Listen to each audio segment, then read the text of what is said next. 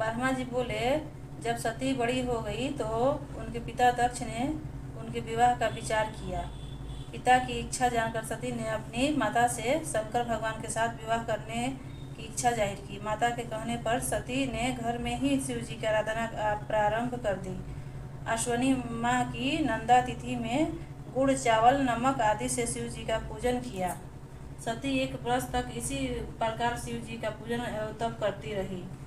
ब्रह्मा जी बोले, हम देवता सती के तप को देखने के लिए गए। मैं और विष्णु जी शिव जी के पास गए। हमने वहां पहुंचकर हाथ जोड़कर उनकी स्तुति की। हमारी स्तुति से प्रसन्न होकर शिव जी ने हमारे आने का कारण पूछा। हम दोनों ने कहा, हे स्वामी, आप हमारा साथ दीजिए। हम दोनों ने स्त्री स्वीकार कर ली है।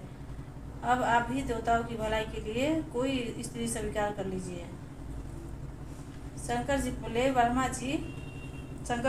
ब्रह्मा जी, हे विष्णु जी, मुझ अवधूत को स्त्री की क्या आवश्यकता है? मुझे यह बात उचित नहीं लगती, क्योंकि मैं एक तपस्वी और संसार में विरक्त हूँ। मुझे तो योग में ही आनंद मिलता है। आप लोगों के हठ से तथा भक्तों का अनुग्रह की इच्छा से मैं विवाह कर भी लूँ तो आप उन काम रूपिणी योगिनी को तैयार कीजिए जो मेरे तेज को सहन कर सके।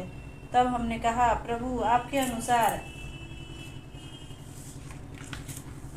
हमने स्त्री भी खोज ली है। जिन लक्ष्मी जी ने पहले 2 रूप धारण किए थे, अब वही उमा नाम से दक्ष की कन्या के रूप में प्रकट हुई है।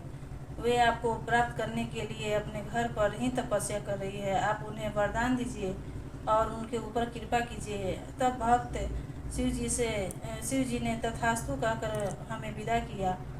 हम अपने अपने लोकों में चले गए। इधर सती ने नंदा व्रत का अनुष्ठान किया। शंकर भगवान उन्हें दर्शन देने